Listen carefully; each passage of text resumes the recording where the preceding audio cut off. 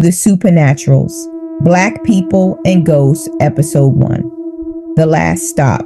The stories you're about to hear are works of fiction inspired by history, folklore, and the unexplained. While real historical events may inspire certain details, this story is entirely fictional. Some ghosts don't haunt houses, they haunt history. Every night in Montgomery, Alabama, one city bus makes its final route. The passengers change, the drivers change. But one elderly woman always sits in the first seat behind the driver. No one remembers seeing her get on. No one has ever seen her get off. This is the last stop. The rain came down in sheets that Tuesday night. Not the kind of rain that made people run, the kind that made the whole city seem older. Street lights reflected across the pavement like melted gold. Water pooled in cracked sidewalks. The distant rumble of thunder rolled across Montgomery as if the sky itself was remembering something. Maya Brooks pulled her hood tighter and glanced at her phone. 8:41 p.m., right on time. A soft electric hum drifted through the rain before she saw the headlights. Route 285. The bus slowed to the curb with a long hiss of air brakes. The digital destination sign flickered twice. 285. East line for just a fraction of a second. The numbers disappeared. In their place, the sign displayed only one word: home. Then it returned to normal. Maya blinked. Guess the rain's messing with the electronics. The driver didn't respond. He simply opened the doors. Only 6 people climbed aboard. A nurse carrying 2 grocery bags, a young man wearing noise-canceling headphones, an older couple speaking quietly to one another, a teenager glued to his phone, and Maya. She tapped her fare card. The scanner hesitated. Instead of beeping, it produced a low tone she'd never heard before. The driver looked at the screen. His expression changed for only a second. You've ridden before. Maya laughed. Yeah, almost every night. The driver nodded slowly. I know. His voice sounded strangely uneasy. She walked past him. There it was.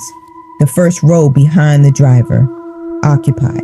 An elderly woman sat perfectly still with both hands folded over a worn brown leather purse. She wore a gray overcoat despite the humid weather, white gloves, simple pearl earrings, shoes polished so clean they reflected the overhead lights. She smiled before Maya even sat down. Long day? Maya smiled back. You asked me that yesterday. Did I? I think so. The woman looked out the rain-covered window. Some days feel the same. Something about the answer lingered in Maya's mind, not because it was strange, because it felt practice, like she'd said it 1,000 times before. The bus pulled away from the curb. Outside, neon signs and storefronts slid past in blurred streaks of color. Inside, everything felt unusually quiet, too quiet. The engine barely made a sound. No one was talking anymore. Even the teenager had lowered his phone. It wasn't silence. It was the feeling people get moments before a funeral begins, as though everyone was waiting for something. Maya finally broke it. I'm Maya. The woman smiled. I know. You do? You've always introduced yourself. Maya frowned. I've only met you a few times. The woman turned toward her. Have you? Before Maya could answer, the overhead lights dimmed. Not completely, just enough for every shadow inside the bus to become a little darker. The nurse looked around. Did the power just... The lights returned. Nobody else seemed bothered. The driver never looked back. The woman simply continued watching the rain. People think history is measured in years. She spoke so softly, Maya almost missed it. It isn't. It's measured in choices. What do you mean? You'll understand. Outside, a flash of lightning illuminated the windows. For just an instant, Maya saw reflections that didn't belong. Every passenger appeared exactly where they sat, except one. In the reflection, an older man wearing a dark bus driver's uniform stood in the aisle, facing forward, hands behind his back, watching. Maya immediately turned around. The aisle was empty. She looked back at the window. Only rain. Her pulse quickened. You saw him. The woman's voice remained calm. What? You looked behind you. I thought. You thought someone was standing there. Maya stared. How did you know? The woman offered only the faintest smile. Everyone does. The bus rolled beneath an overpass. Darkness swallowed the windows for only a few seconds. When they emerged, the city looked different. The holographic billboard advertising a streaming service was gone. Instead, an old painted Coca-Cola sign covered the brick wall. Modern cars had disappeared. Classic sedans lined the street. Men in fedoras hurried beneath umbrellas. Women carried paper shopping bags instead of reusable totes. Maya rubbed her eyes, another blink. Everything returned to normal. Electric cars, LED billboards, glass office buildings. What? She whispered, and the woman kept looking forward. Sometimes memories become stronger than the present. You saw that too? I've seen many things. The driver suddenly spoke into the intercom. Power interruption. The lights shut off. Complete darkness. No emergency lights. No glowing advertisements. Nothing. Maya instinctively reached for her phone. The screen wouldn't turn on. Neither would anyone else's.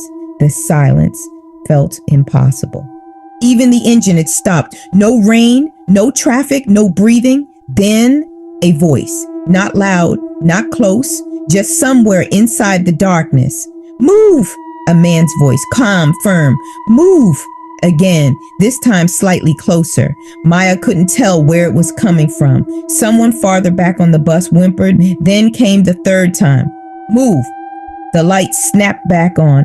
Everything returned instantly. The engine hummed. Rain struck the windows. The nurse gasped. What just happened? The driver cleared his throat. Electrical issue. No one believed him, not even himself. Maya looked beside her. The elderly woman sat exactly as before, hands folded, eyes forward, almost sad. Does that happen often? Maya asked. The woman answered after a long pause. Every night. The words settled over Maya like cold water. Every night. The woman nodded once. The past is patient. The rest of the ride passed without another word. When Maya reached her stop, she stood. So, I'll see you tomorrow? The woman smiled warmly. If the route remembers. Maya stepped onto the wet sidewalk. The doors closed. The bus pulled away. She watched until its taillights disappeared into the rain. Then she realized something. She had never once seen another passenger get off before her. Not once. The next morning, she convinced herself she'd imagined everything. Stress, too much work, too little sleep. She was a journalism student, not a ghost hunter. There had to be an explanation. Still, something kept bothering her. She opened her laptop and searched the city archives. Route 285. Hundreds of routine maintenance reports appeared. Then, a newspaper clipping from decades earlier. A transit employee had written a letter to the editor. Most of it was faded beyond recognition. Only one sentence remained legible. Some passengers never really leave the route. No author, no explanation, just that sentence. A chill crawled across Maya's shoulders. She closed the laptop. Her phone vibrated. An unknown number. No message, just a photograph. Taken from inside a city bus. The image showed the first row behind the driver. Empty, except on the seat closest to the window lay a pair of spotless white gloves. There was no caption, no sender, only a timestamp.